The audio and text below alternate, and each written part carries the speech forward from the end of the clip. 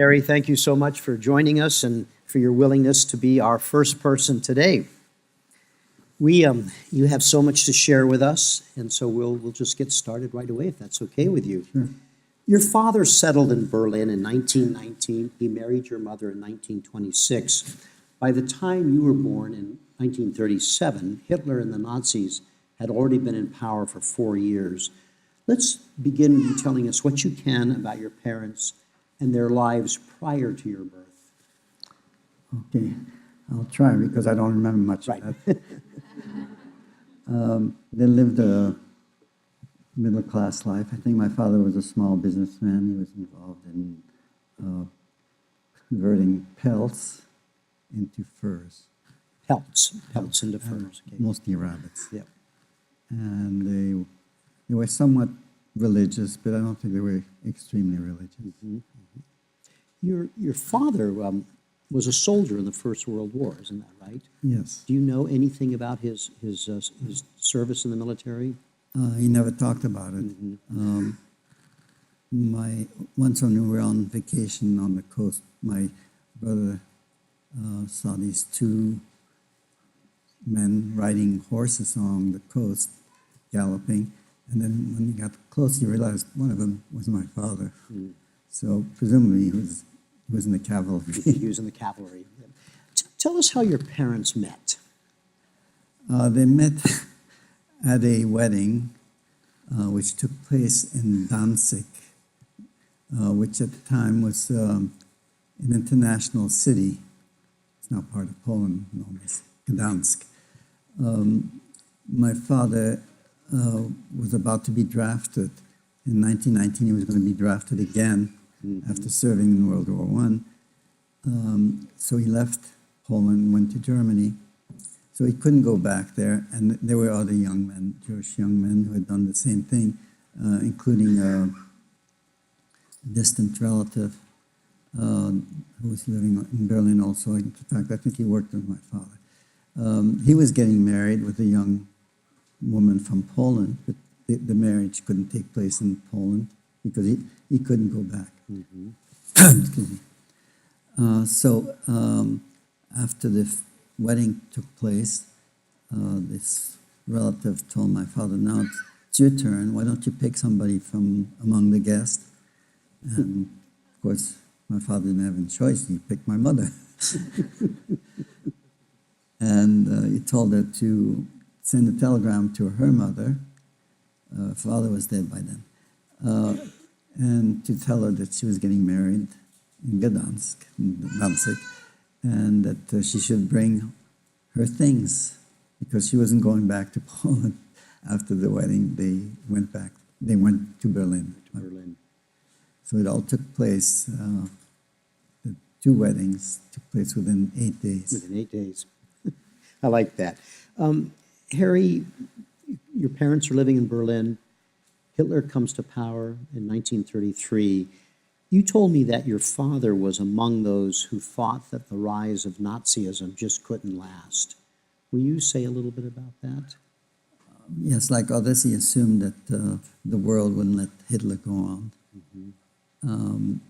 They did apply for visas to come to the States, but the number was way high. They would never have made it, or it would have been years. So. But they did try, yeah.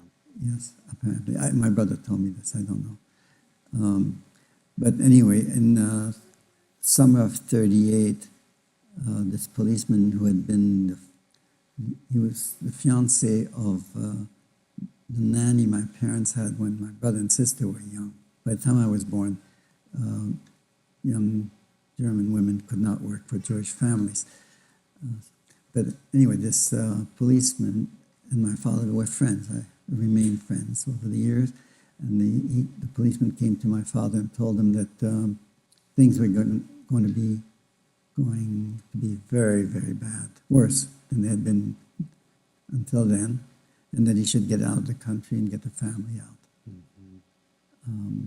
So my father took my sister, my brother, and my sister and my brother to Aachen, which is a resort town near the border of Belgium and Holland.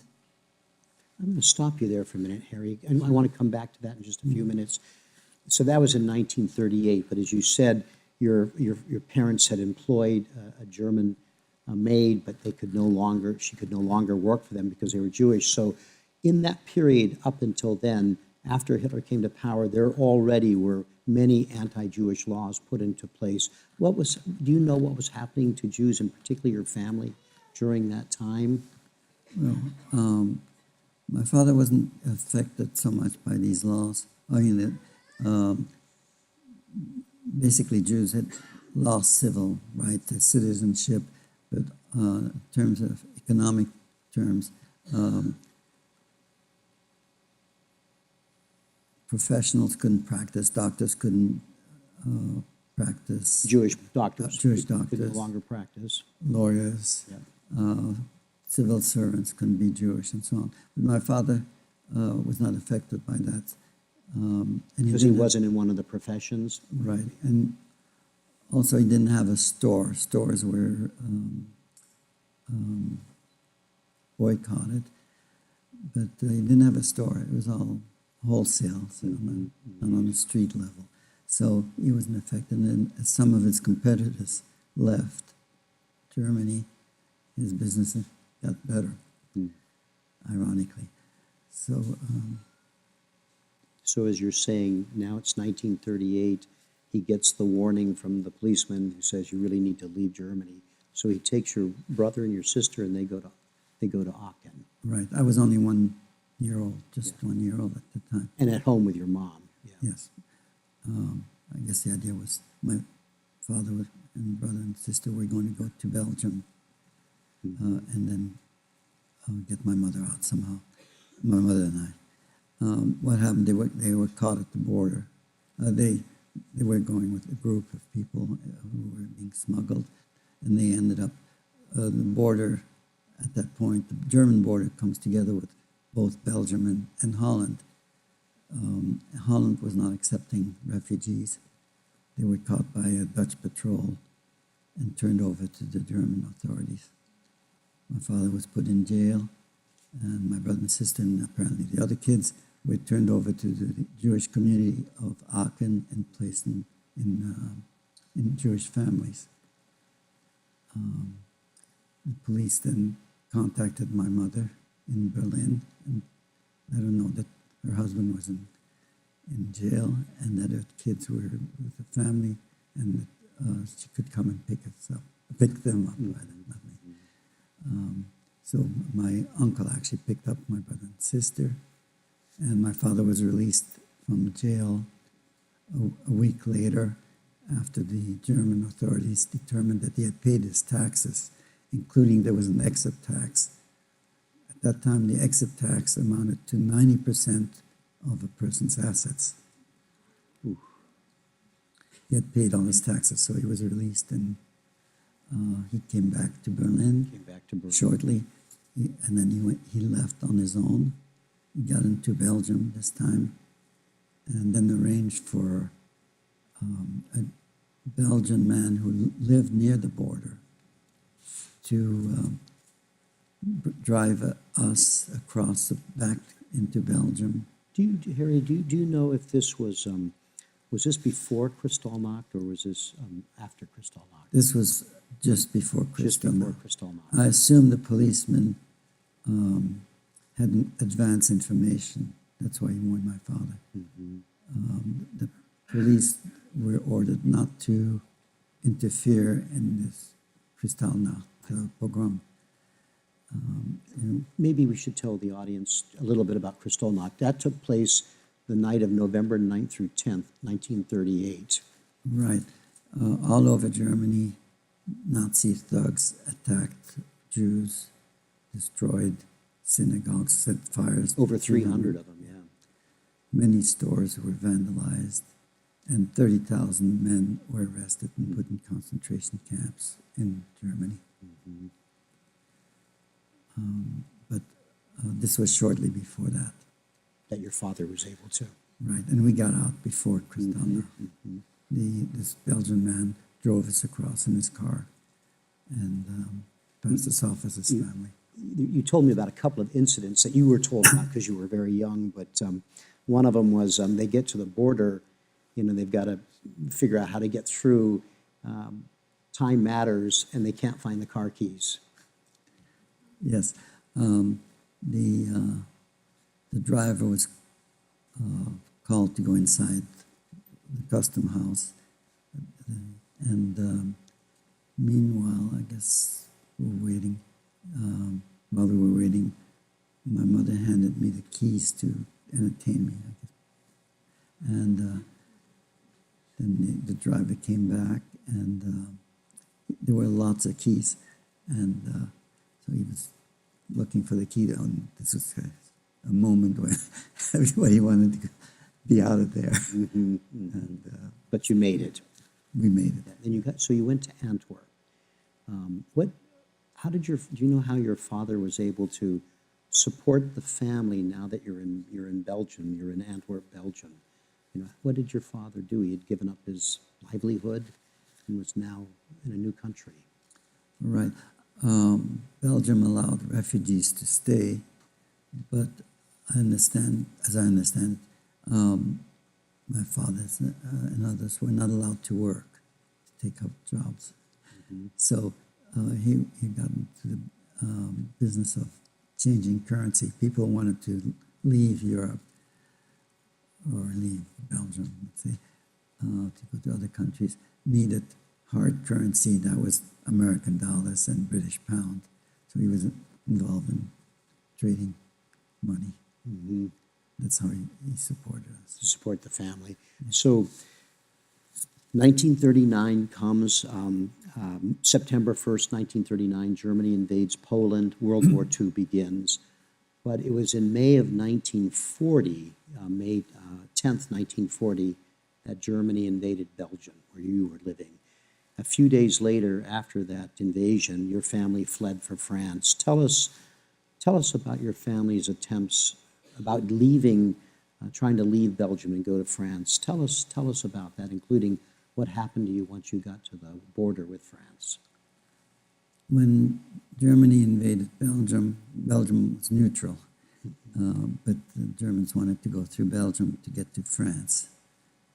It was easier than trying to confront France directly. And Belgium is a very small country, 8 million people. So during World War I, the same thing happened. Belgium was invaded, and the Belgian civilians were treated very poorly by the German soldiers. Well, many were killed.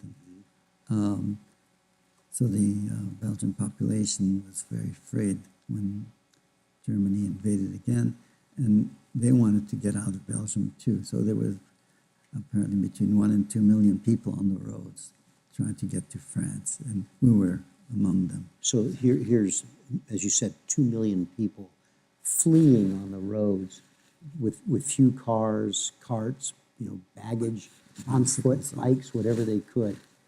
Do you have any sense of what that was like for your family? Well, we started off with 4 other families. They rented a large truck with a driver who was supposed to drive us to the border. But when we got to they were going along the coast. To get to the coast, they went to Ostend in Belgium. And there the driver said, "I'm not going any further." And he couldn't move. There were so many people on the road. Maybe he was afraid of running out of gas and whatever. He dropped. You're on your own now. So yes. Yeah. So there was one of the other families who were related to them. And our family, we traveled together, walked together until my father and the other family, they bought I don't know what it's called, I think a Surrey in some resort town, say. It's like bicycles, 3 or 4 wheel contraptions that you pedal around. Tourists use it. I think in Virginia, I saw some in Virginia Beach and other places. Yeah. So they rented, when they bought one of those. Mm-hmm. And they put all their belongings on top. And then the other family had a 3-year-old my cousin actually, a 3-year-old girl, and I was also 3 years old. They put us on top, and everybody else was pushing and pulling. That's how they arrived at the French border. And presumably, they had gotten to that point with a truck. They must have had to leave a lot of their personal belongings behind. No, they didn't take that. They didn't take that much, and then No, piled it only all onto valuables. this little cart. Yeah. And during that time, you were strafed by German warplanes. Yes, but I don't remember that. What I remember, my very first memory was being on the road, on the side of a road, in the ditch, with my mother and other people, and the British had sent 300,000 soldiers over to France before Belgium, Holland were invaded. So they were all on the border, French-Belgium border. They couldn't come into Belgium because Belgium was neutral, but they were all massed along the border. And as soon as Belgium was invaded, they moved in.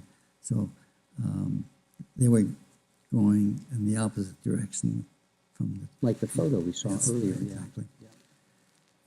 So my very first memory is of being in a ditch and next to the road, and on the road next to me, there's a very tall British officer. He's looking at the sky with binoculars, and then I knew he was a comfort to my mother. I was never scared that I can remember during the war, but I was always aware when the adults, my mother or my sister, or anybody else, when they were afraid, I knew it. When they were afraid or anxious, but at that point, my mother was fine. I remember falling asleep, and then waking up, and the officer was gone. And I asked her where he was, and she told me he or they were gone. And I knew something had changed. She was anxious. The British were being evacuated. I don't know if you saw the movie Dunkirk that came out last July. It tells that story. It doesn't show the refugees. But, the strafing I didn't know about. After the war, we never talked about what happened in my family. We never talked about what happened to us until recently, after I started volunteering at the museum. I started asking my brother. He's the only one left. So I asked him about that, and he didn't remember being in a ditch. I mean, people have different memories. But when I said, why would we be in the ditch, he told me, well, because the Germans were strafing the road. They were strafing the road so that they could come by and get the people, the refugees, the Belgian refugees off the road. And also you saw in the picture, the British were on the side of the road. They had these little tanks. They were under the trees, basically hidden. And refugees We're out in the open on the road. We were out in the open, yes. Harry, so with your belongings on the little cart with you on top, you get to the French border. What happens there? They let everybody else in, but not us and all these people who were stateless, who didn't have any citizenship. So that we went back to... Why didn't you have any citizenship? Why were you considered stateless? Well, by the time I was born, first, Jews in Germany didn't have citizenship. So you'd lost citizenship. Yep. Yeah, well, I never had it. My parents, I think they lost their Polish citizenship when they left Poland, and they didn't have the right to jump. So you get to the border and you're considered, you don't have citizenship. You're just stateless. You can't come in. Right. Okay. So we went back a little bit, a few miles from the border, along the coast. It's all resorts. My parents rented a villa, and my father didn't have any more money left, so they sub-rented the villa. According to my brother, there were about 50 people staying there, and he told me that all night there were stragglers, British and Belgian soldiers walking between the houses going towards the beach where they were picked up by little boats. The next day, my brother and my sister were older. My mother didn't let me go to the beach. And on the beach, there was a makeshift pier made up of trucks that the English had driven into the ocean to make a pier, and then they were boards. Again, in the movie Dunkirk, there are two scenes where it shows these there were three in all. I remember that in the film. Yeah. Harry, going back to when you got to the border, your mom, I remember you telling me your mom pleaded with them to let you into France, but to no avail. So you went back. Then at some point, the little village where you're staying, the seaside resort, it was occupied by the Germans, and your family returned to Antwerp, which of course was now also under German occupation because all of Belgium was occupied. How did you get back to Antwerp, and what was there when you got back there? Well, we started walking. I don't know what happened to the Surrey. We were walking, and then eventually we were picked up. We and many other refugees were picked up by German trucks that were coming back from the front, empty. A lot of irony in that, I think. Right. Yeah, so the German empty trucks are willing to put you in the back and take you back into Belgium. Well, they were also getting us off the road. Getting you off the roads, okay. And they fed us. Didn't care what yours. They were soldiers. Yeah, okay. So what's waiting for you in Antwerp? Well, we still had the apartment. Okay. So we went back to live in Antwerp. And then for the first few months, nothing much happened. And then in October, the German authorities started putting in anti-Jewish measures. Like those you had been under in Germany, Right. now you're under them in Belgium. Right. One of the, I think maybe the first thing was that the Jews had to register. Everybody in Belgium had to register where they lived, but Jews had to register as Jews. Mm-hmm. So that there were no, in Western Europe in general, I think, but in Belgium, there were no ghettos like in Eastern Europe, but they knew where you lived because you had to register under penalty, severe penalty if you didn't. And you were not allowed to have radios, you couldn't have phones, no bicycles. Right. And again, professionals couldn't work. Well, doctors could only have Jewish patients, and Jews could only go to Jewish doctors. Right. Same with lawyers and so on. And then your father was called up for forced labor. Right. At some point, I think maybe end of 40, maybe 1941, my father was called up.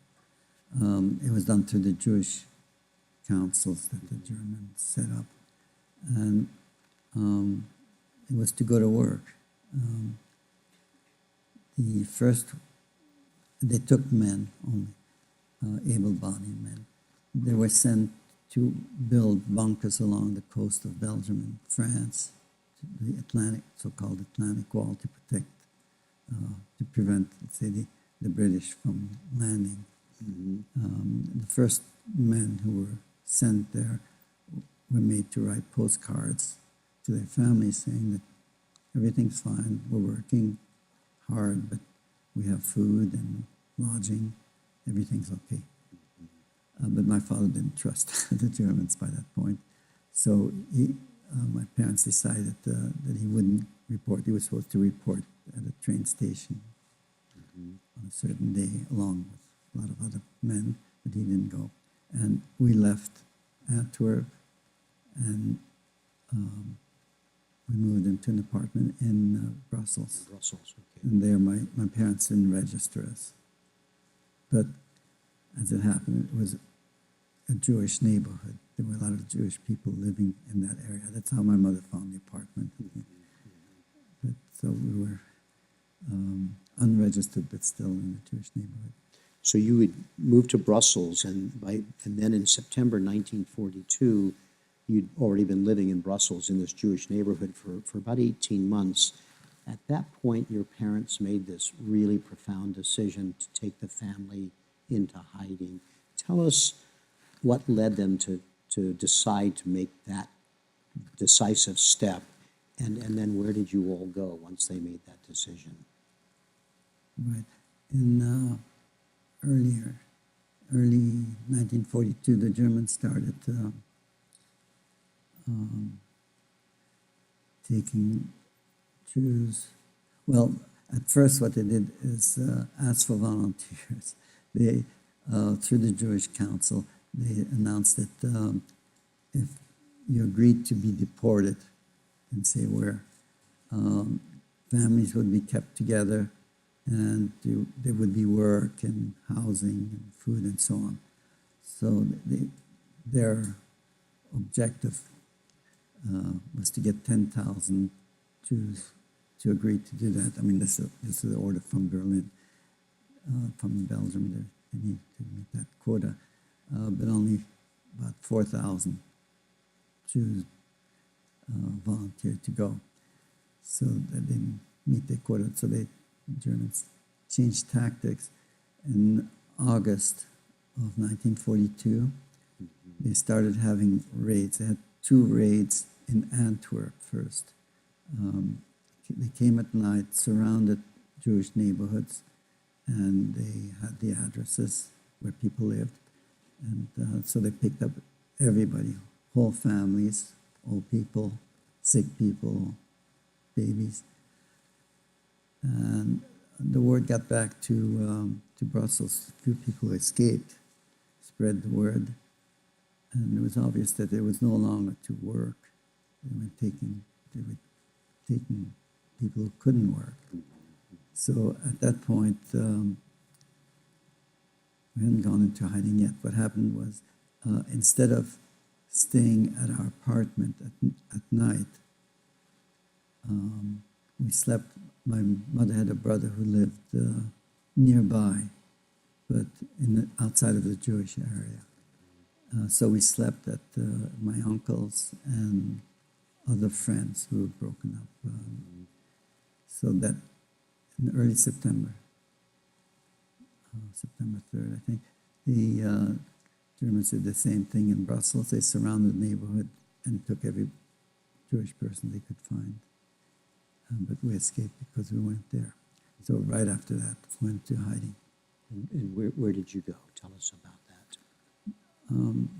There were underground organizations. There were a dozen or more that helped Jews. And they helped by providing hiding places, by providing money.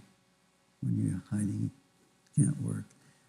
Money was coming from outside of Belgium and from Belgium too. They provided false ID cards. Jews' ID cards were stamped Jew. So they provided false ID cards, and also everything was rationed. Food was rationed. There was very little food for everybody. Except for the black market, you needed to have coupons. And so they provided those. And one of the main things was finding hiding places for children.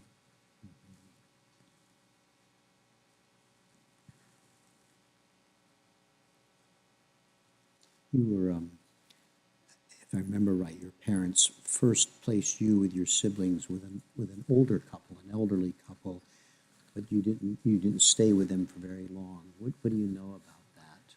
These were neighbors that my parents knew vaguely. My parents asked them to move out of the neighborhood, out of the Jewish neighborhood, and take us with them. Mm-hmm. So they did. My parents paid them. And they didn't feed us. And I didn't really care. My brother and sister cared more. But then they, after a short time, I don't know, maybe weeks, they moved back to the Jewish neighborhood. There were so many empty apartments. So that wasn't such a good idea. So also their grandson was living with them, and he joined the Exist, which was a fascist Belgian organization. It was a political party before the war, but then they had their own militia, and eventually I think they became part of the German So army. their son joined that. The grandson, The grandson. 18-year-old. Yeah. He did it as a job. Yeah. So I don't know if he would have turned in his grandparents, but he was also living with them. So anyway, my parents took us away from there. And is that when you went to the Van der Lindens? No, there was another place in between. Meanwhile, my parents moved into a house, an apartment house that looked like it was vacant. It was typical in Belgium, vacant apartments or houses. They whitewashed the windows or covered them with newspapers. So they lived in an apartment, and there was another Jewish family. That to the outside world looked like it was a vacant apartment. That's where they moved into? Right. Okay. And there was a neighbor across the street who went shopping for them, bought them the food and mail, newspaper, and news from the outside. So in between places, I used to stay with my parents in their place. The second place that I went was with my sister. It was out in the countryside. It was a villa with children, lots of children. I don't know what it was, who it was for. And my brother came to visit us, and he realized there were some grown-up Jews, adults, living there, and that was dangerous, more dangerous than kids. So my mother took us away from there. I went to stay with my parents again, and then after that, the third place was with the Van der Lindens. And who went? Did you go to the Van der Lindens by yourself? I was with my sister first. Your sister at first. Tell us, and your brother was somewhere else. My brother was, I didn't know, that they didn't tell me, but he was a couple of blocks away with another family. It was a neighborhood of small houses built by the municipality for blue-collar workers. Very nice little place with front yard, backyard, and it's kind of an ideal place. Apparently there were about 12, 14 Jewish kids in that neighborhood, hidden by different families. In different families. And you're with the Van der Lindens. What can you tell us about your time there with the Van der Lindens? What was that like for you? Well, they were very good to me. I used to say the food was terrible, so terrible that I refused to eat. I was 5 years old by then, and Mrs. Van der Linden, I remember this clearly, would take me on her lap to feed me, play games, and try to get me open my mouth. The protein consisted basically of lard, which I choked at when I had to swallow that. So I was just refusing to eat, and I used to say the food was so bad that I couldn't eat. But I think maybe I just didn't eat because of the trauma of being separated from my parents. Your parents. At some point, the Van der Lindens put you into a Catholic school.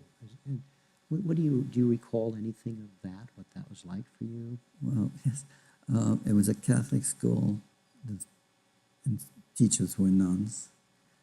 But this is a Flemish-speaking. Belgium has two languages, French and Flemish. And this was a Flemish-speaking area, and I didn't speak Flemish. Although we had lived in Antwerp before, which is also Flemish, but I was too young I didn't learn Flemish. So I only knew French and German. Everybody spoke, all the kids spoke only Flemish. The nuns, the teaching was all done in Flemish. The nuns could speak French or some French to me individually, but one day an older boy, maybe 10 years old, came up to me and he was speaking French. Somehow he realized I was a French speaker. And then he introduced me to some other kids. I think it was all boys. I'm not sure, but I think it was all boys. So, he introduced me to some others who also spoke French. We were all the Jewish kids. So every one of the French-speaking kids in there was a Jewish kid in hiding there, Right. essentially. Did you take on the name of the van der Lindens? Yes. My name has always been Harry. Harry is a German name, but it's not a Belgian name. I couldn't stay with that name, so I became Henry. Henry van der Linden. Henry van der Linden, yes. And you were with them, where you lived with the van der Lindens, you said, was sort of a community built by the municipality, a little bit outside in the country. But eventually, the van der Lindens moved back into the city of Brussels, taking you with them. Tell us why they made the move back into the city, and then what it was like for you in Brussels, still living with the van der Linden family. And your sister, was gone by this point? As far as I know. As far as you know, okay, yeah. What happened was, I didn't know it then. Where my brother was staying, there were two other Jewish kids, and one day the Gestapo came to that house. They weren't looking for Jewish kids. They were from Gestapo intelligence.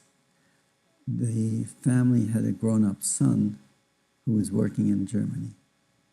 The Germans recruited workers in Belgium to work in various factories or on farms. And when they couldn't get any more volunteers, they took Belgians by force for forced labor. Anyway, the son was working in Germany on a railroad yard, and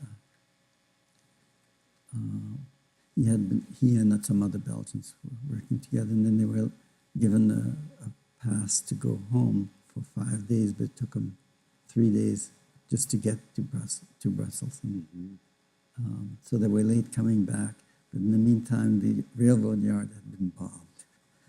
So all these Belgians were arrested, and the Germans suspected that among them, there was at least one who was a spy for the Allies. So they came to the house looking for a radio transmitter. And they saw my brother and the other two kids and spoke to them in German. And said, no, here are the Jewish kids. They knew they were there. They searched the house, and then they didn't find anything. They left. But before leaving, they said, we'll come back for you tomorrow. So To the kids. To the kids, right. So to pick you up. Yeah. So, of course, they didn't wait around.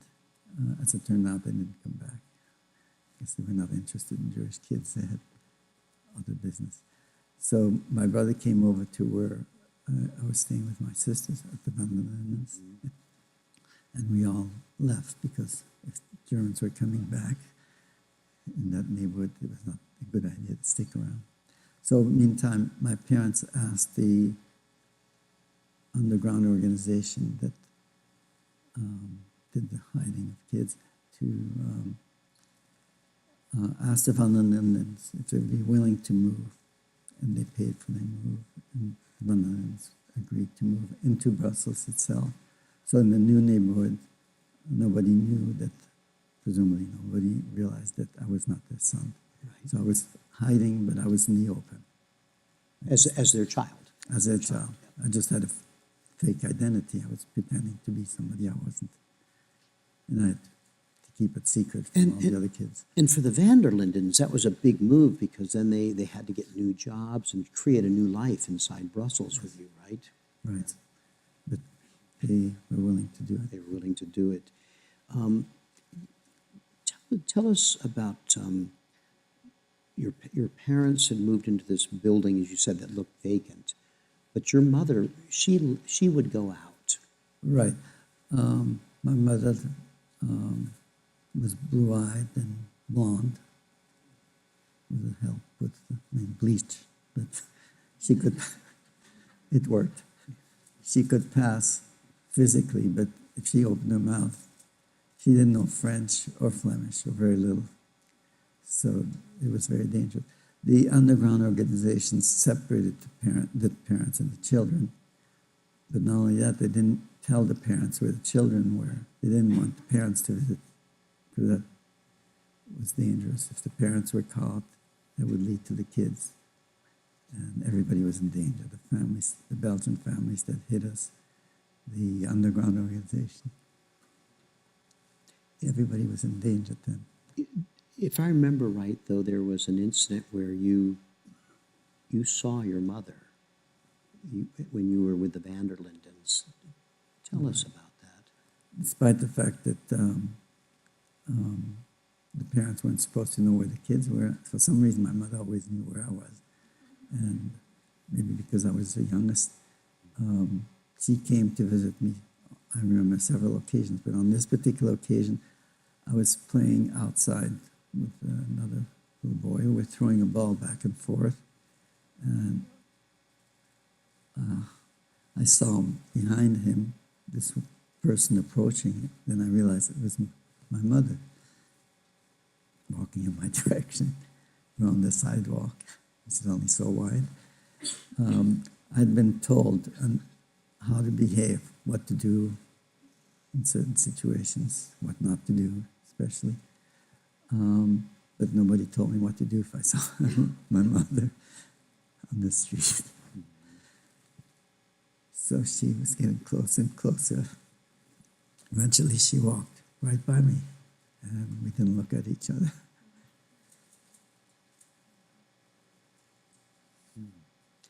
Harry, there's so much more you could share with us, and I'm aware that we're running out of some time. So many more incidents like that you could share with us, but let's move, if you don't mind. It's now August or September of 1944, late in the war. Your mother took you from the van der Linden home as the Germans were retreating. The Normandy invasion was in June of 1944, and so now the Germans are retreating. And it wouldn't be long after that that you were liberated. Tell us about your mother coming to get you from the van der Lindens and what you remember about that time of liberation. My mother showed up, as I said, this was late in August. Of course, we never knew when she would come. And she would stay a while and then leave. But this time, she said immediately that she came to pick me up and to take me back to my parents' hiding place. I didn't like the idea. By that time, I was very close to the van der Linden, especially Mrs. van der Linden. You'd been with them for the better part of, what, almost 2 years or a year and a half? A year and a half. Year and a half. And living with them was normal. Right. With my parents, it was always stressful, I guess, and we couldn't speak openly for in public. We had to whisper in German. There was always some uneasy feeling. So, but I didn't argue with my mother. And Mrs. van der Linden also didn't say anything, but it was counterintuitive. The war on Jews was still on. So why would she want me to be with them? Anyway, I figured out why much later. I mean, just recently through letters that my sister wrote. But to continue with this particular story, my mother and I were going back to my parents' hiding place. We were on the streetcar. We're stopped at some point, and I was by the window, and my mother pointed out the window and she said, "Look." And right next to us there was a little German truck, and on top of the truck there was a German soldier lying down with a big machine gun, and he kept looking around both sides. And the truck actually was being pulled by a horse. It must have run out of gas or broken down. So my mother said, whispered, "Look, they're running away." And then she said, "Never forget that."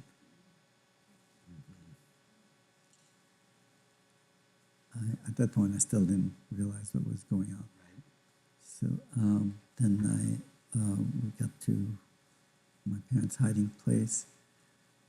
While there, I remember one time I was looking out and I saw at the street at the corner, these men came out in the middle of the street. They were wearing coveralls, like garage mechanics, Right. and they were carrying boxes, wooden boxes. They started opening the boxes and distributing rifles.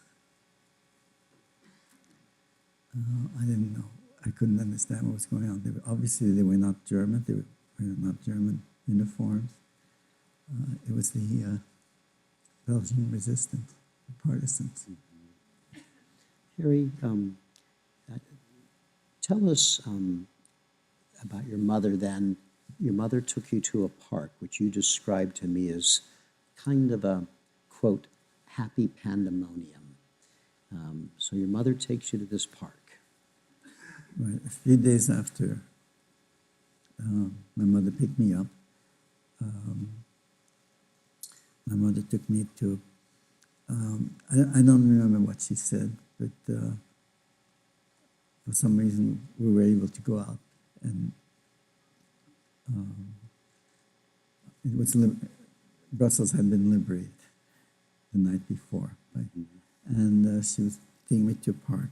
I asked why my father wasn't coming, and my mother said, "He hasn't been out in 2 years. He hasn't seen any people. He's not ready to go out." He had not left that building in 2 years. Right. So we were on the street, and there were lots of civilians all going in the same direction towards the park. I knew the park. I had been there before we went to hiding. On the way, we passed the tank.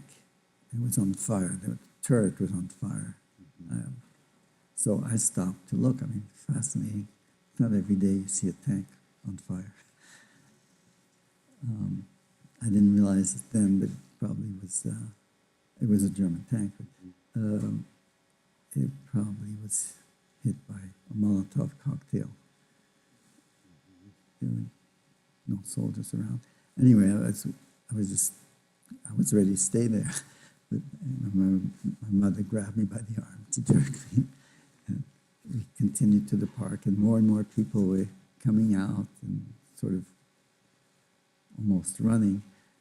And we got there, and there was a long line of tanks and soldiers. These were British soldiers. And hundreds of thousands of Belgian civilians. Everybody was hugging, kissing, crying. My mother and I walked over to a tank. There was a soldier on top of the tank. And we looked at each other. We couldn't talk with him. And he put out his arms, and so my mother lifted me up, pulled me up. He held me in his arms. And so I looked down on my mother, and she said, "Give him a kiss." So I did. And then I looked down at my mother, and she was crying. I couldn't understand why she was crying. She said, "It's okay, I'm crying from joy." I didn't know about that yet. Right. Harry, you, after that, I mean, Brussels was liberated in the fall of 1944, but the war continued in Europe, of course, until May of 1945. In the little time we have left, you actually went back to the van der Lindens Tell us what you know about that. I don't know why I went back. I mean, what the rationale from my parents' point of view was. Looking back, I think I wanted to live with the Lindens at this point more than with my parents.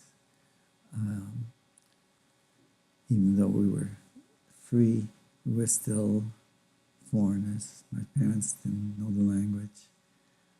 We were Jewish. I don't know why, but I was embarrassed about being Jewish. I felt guilty. I don't even know what it meant to be Jewish, but I knew it was stigmatized. Harry, I think if you don't mind, I think we're going to turn to our audience in the little time we have left to see if they have a couple of questions for you. Sure. Does that sound okay? And I'm going to ask you to stick with us because we're going to hear from Harry with some closing words in just a minute. But we do have time for just a couple of questions. If we have anybody who's a brave soul and willing to put their hand up. And if you do, we're going to hand you a microphone. We want you to use that. And then if you'll make your question brief, I'll repeat it just to be sure we hear it and everybody in the room hears it. So, and if not, I always have plenty of questions I can ask, although we're getting close to the end anyway. I think I see a hand back there, yes. What was the recurring feeling you had when all this stuff was going down when you were a kid? Do you remember a kind of a recurring feeling that you had as a little kid going through all of that? It's the only life I really knew, so I didn't have memories of life before the war. So to me, things were normal. I mean, I have two kinds of normal, with my parents normal, and with Van der Linden or the other people normal. But no, I can't say that I have I remember recurrent feelings. Okay. I'm going to ask you one more. Oh, I think we have one more up here, it looks like, in the back. I just wondered, how did your parents explain to you why this was happening to you or why this was happening to Jewish people at such a young age? Question is, how did your parents explain to you, as you recall, why this was happening to you, why you were going different places, why this was being done to Jews? If they did explain anything like that, I don't remember. I don't think that explanations would have made sense at that age. So I didn't understand. One more here, I think, yeah, okay. I'll get you the mic if that's okay, yeah.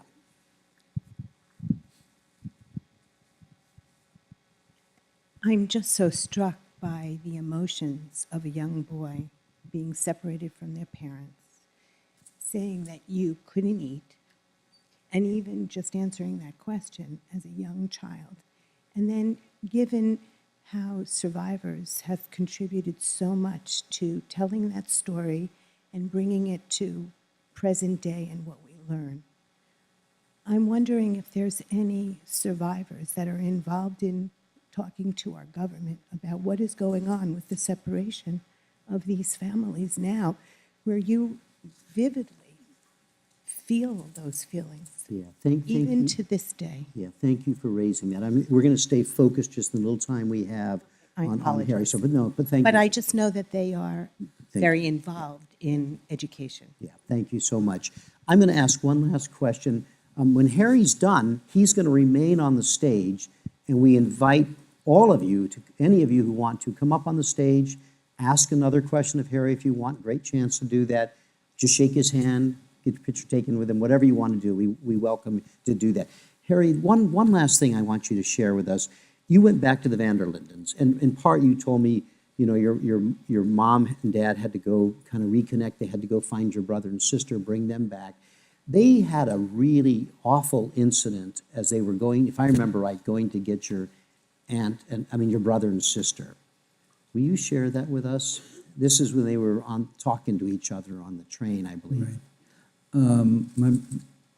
The last year of occupation, my brother and sister were in near the Ardennes, part of Belgium. So it required going there by train. Right after the liberation, the Allies took control of the trains. They were transporting material and troops and so on. So you had to get a permit to travel on the trains. So my parents were not able to go right away. Eventually, they got the permits to travel, and they went to pick up my brother and sister, who actually had gotten permits to travel to Brussels, and they crossed each other, but that's not what you wanted me to tell. On the train, my parents were whispering to each other in German, and some people on the train overheard them. You have to imagine that how the Germans were hated by the Belgians. Still from World War One. So there they had two German-speaking people, and they were ready to lynch them. They were saved by policemen. Just the irony in that you just described. But a policeman was able to intervene and rescue them. Wow. We're going to close our program now, except that we'll hear again from Harry in just a moment. We have two more programs next week, and then we'll close our 2018 season. All our programs are on the museum's YouTube page, and so we invite you to look at any of those programs. We would encourage you to do that. And then we will resume again in the spring of 2019 and hope you can come back and join us. It's our tradition at First Person that our first person has the last word. And so I'm going to turn back to Harry to close the program. When Harry finishes, our photographer Lolita is going to come up on the stage, take a photograph of Harry with you as the background. So we'd like you to stay for that. And then again, as I said a moment ago, we do welcome you to come up on stage afterwards and talk more with Harry if you would do that. So Harry, would you share your thoughts with us? Okay. During the Nazi occupation of Belgium, some Belgians collaborated with the Germans, for example, by volunteering to serve in the German army or by denouncing Jews. But many more Belgians became involved in resisting the Nazi occupation. It took many forms. Some resisted passively. For example, the mayor and city council of Brussels and other small towns around Brussels refused to hand out the yellow Star of David that Jews were required to wear on their outer garment, thereby delaying the distribution of these badges, which turns out gave Jews a little more time to find hiding places without being identified as Jews by the badge. There were other things.